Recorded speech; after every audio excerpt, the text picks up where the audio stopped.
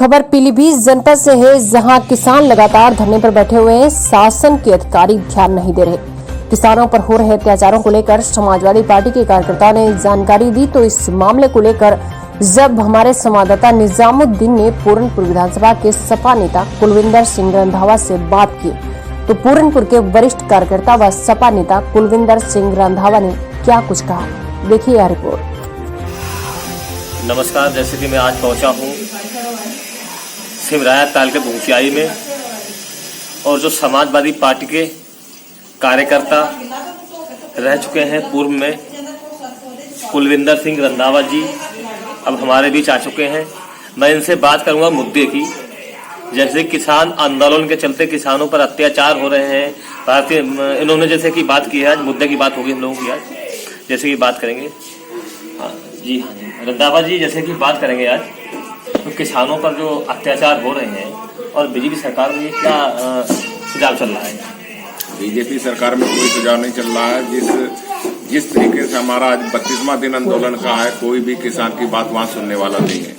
पूरे देश का किसान परेशान वहां बैठा हुआ सड़कों रोड पे, इतनी ठंड में 3 डिग्री सेल्सियस में बैठा हुआ है। किसान की कोई भी किसी तरह कोई सुनवाई नहीं है। किसानों के घरों पे धान तुला लगा पड़ो तो धान उठाने वाला नहीं है।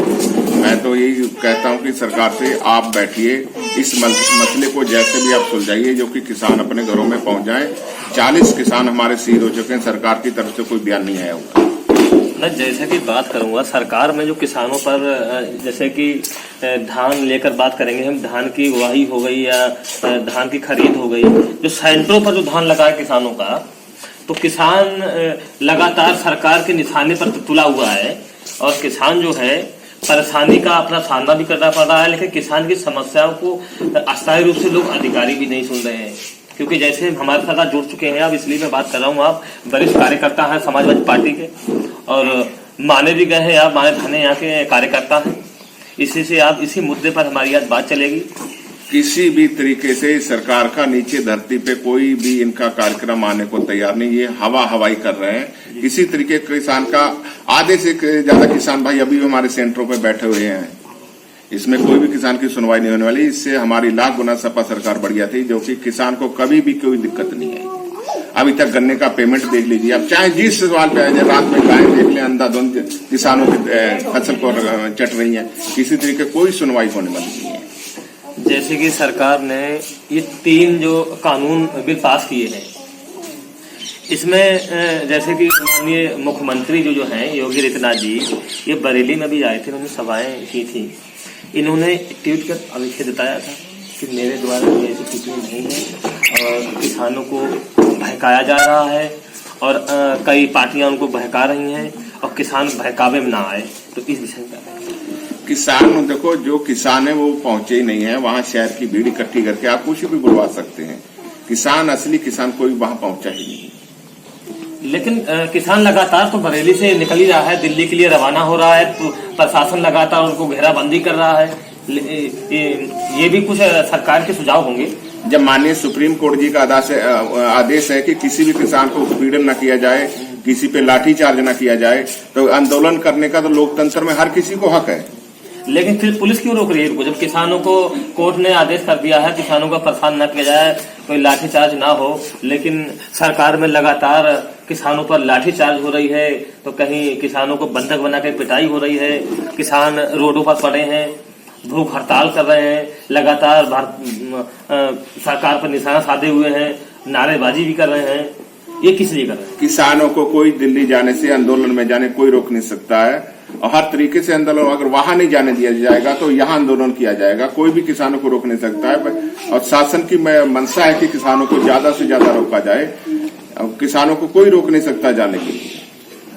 जैसे कि हम लोग आज बात करेंगे मुद्दे की बात में। आज हम लोग बैठे हैं पूरनपुर 100 विधानसभा के क्षेत्र में, किसान के हित में बात हो रही है।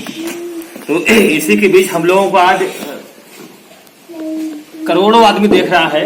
हम लोग बैठे इस जगह पे, जो मीडिया के माध्यम से लोग हमें आज देखेंगे। मुख्यमंत्री भी देखेंगे, प्रधानमंत्री भी देखेंगे और राष्ट्रपति भी देखेंगे, माननीय अखिलेश जी भी देख रहे होंगे कहीं ना कहीं।